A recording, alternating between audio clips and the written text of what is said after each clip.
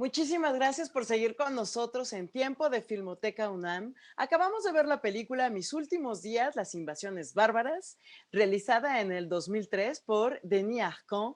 Y estamos en este ciclo, cerrándolo, de pacientes terminales que se realizó junto con la División de Estudios de Posgrado de la Facultad de Medicina de la UNAM.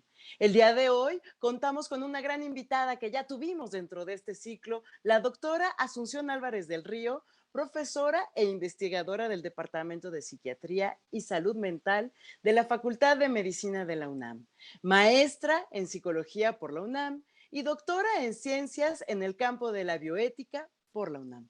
Sus líneas de investigación son la muerte en la práctica médica y dilemas éticos de las decisiones sobre el final de la vida.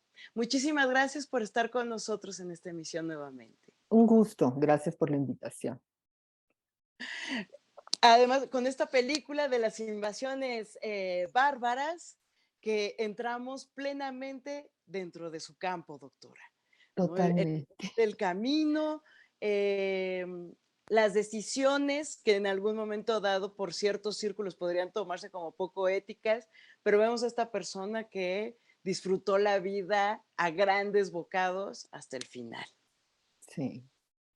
Claro, le ayudó mucho tener el apoyo de su hijo, que él consideraba uno de los bárbaros, por ser la representación del capitalismo, pero la verdad, si bien yo considero un logro que la atención socialista que hay en Canadá, pues es un hecho que no da para lujos, ¿no? Entonces, este hijo con el que no había tenido una buena relación, pues llega de París a, a Quebec y decide hacer todo para que tenga el, el mejor, todo el confort y el mejor ambiente, su padre, y también ayuda y tiene el poder para hacerlo. O sea, manda los estudios que sea necesario, adapta una área muy grande del hospital en donde pues, se pueden reunir los amigos, cocinar, o sea, realmente tiene un final de vida como extensión de su vida, con todos sus amigos, sus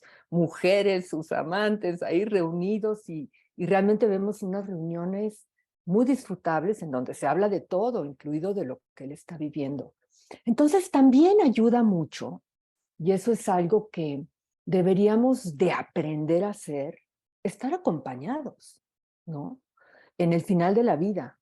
Y si no tuviéramos tanto miedo a qué vamos a decir, de qué vamos a hablar, pues las gentes podrían estar rodeadas al final de la vida de gente que formó parte importante de su vida. Eso fue crucial, o sea, eso fue una constante hasta el último momento de su vida. Otro aspecto muy importante es, bueno, las personas que están al final de la vida, ya llega un momento en donde no se justifican los tratamientos, pero sí que no tengan dolor y que no tengan otros sufrimientos.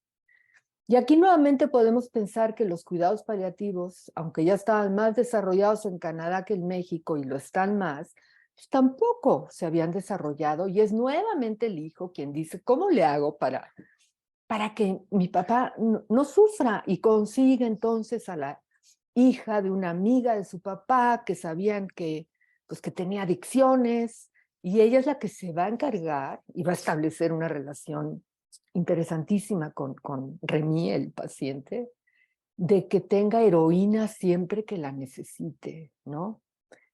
Aunque ella misma le dice, los drogadictos no somos confiables y en efecto, un día no cuentan con ella, pero fuera de eso, está hasta el final y saber que uno puede decidir el final, decir, hasta aquí, eso da mucha tranquilidad. Eso es algo que debería de ser una opción con la que contemos todos.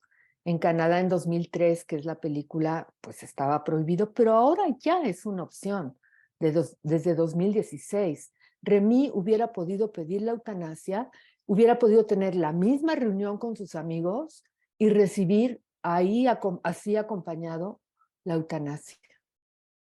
De acuerdo. Sin la necesidad de esa escena que vemos de la enfermera que dice: "Yo nunca estuve aquí", que es la que le pone al Claro, final. porque es un riesgo, es clandestino y la gente que acompaña corre un riesgo y no tendría por qué ser así. Doctora, en una entrevista que tuvimos precedente dentro de este mismo ciclo, usted hablaba de la importancia de respetar las decisiones de los pacientes terminales. Sin embargo, si sabemos, si muchas veces es difícil para los familiares seguir las voluntades una vez que ya falleció, la muerte sigue siendo un tema tabú. Aquí en México no nos gusta, a pesar de la relación que tenemos tan folclórica y tan, Exacto. digamos, tan festiva con la muerte, al mismo tiempo, cuando ya son nuestras personas cercanas, es un tema que no nos gusta poner sobre la mesa.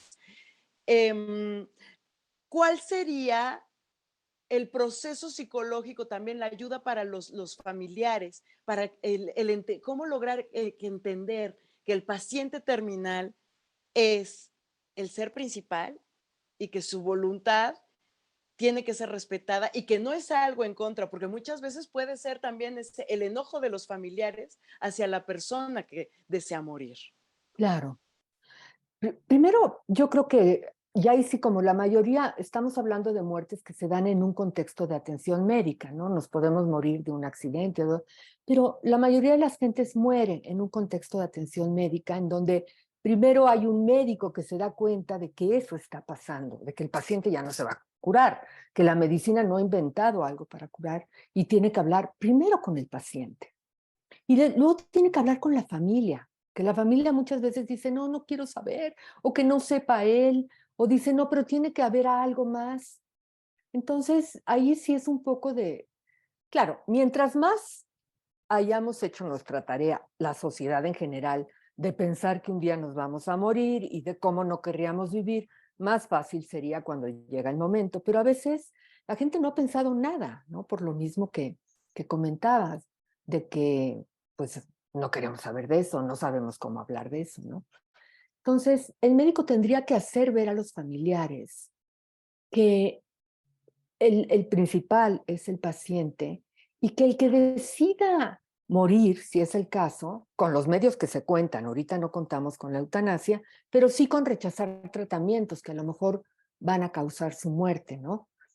Que no lo entiendan como que ya se quiere separar, sino que se puedan poner en el lugar de él para ver qué tipo de vida está llevando y que el hecho de que ellos lo tengan más tiempo, que es lo que quieren, implica que él sufra más tiempo, ¿no? Entonces a lo mejor sí implica un trabajo, favorecer las conversaciones, a veces no se quiere hablar porque los familiares mismos dicen, pero ¿qué voy a decir? No sé cómo. Bueno, pues aprender y acercarse y decir, ¿y cómo te sientes? ¿Y cómo te puedo ayudar? ¿Y qué es lo que quieres ahora?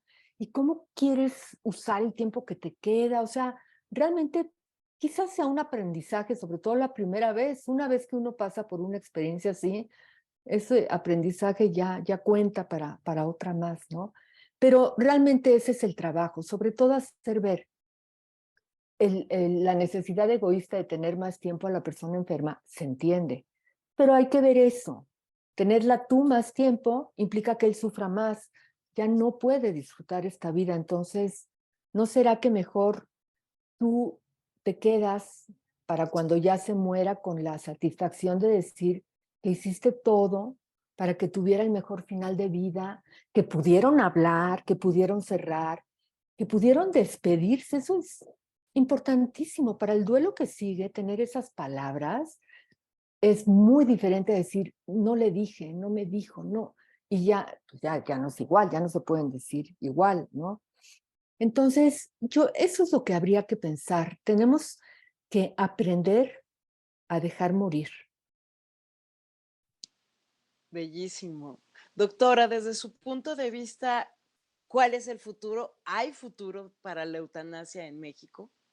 Ay, yo soy una convencida que sí, que habemos muchas personas que quisiéramos contar con esa opción. A lo mejor ya no la necesitamos, a lo mejor está tan controlado el sufrimiento en el final de vida, pues que podemos vivir más, que es lo que la gente quiere en general. Pero como puede ser que no, da mucha tranquilidad a lo largo de la vida y más cuando uno se acerca, saber que uno sigue teniendo la libertad para decir, ya no quiero vivir, pero claro, necesito ayuda para morir bien. Yo creo que sí es algo que va a ser posible. Quizá empecemos por la Ciudad de México, como hemos empezado para otros derechos, pero es un hecho, por encuestas que se han hecho nacionales, que hay mucha gente que está de acuerdo con eso, que está de acuerdo con que un médico pueda ayudar a morir a una persona que lo pide porque está en una situación en donde su enfermedad le causa más sufrimiento que lo que antes disfrutaba, ¿no? Entonces, elige con razón, con conocimiento, no vivir. Creo que sí, sí puede ser algo, no sé, espero que no tardemos mucho. Sí va a requerir trabajo y que la sociedad también eh, participe y se exprese, pero yo creo que sí.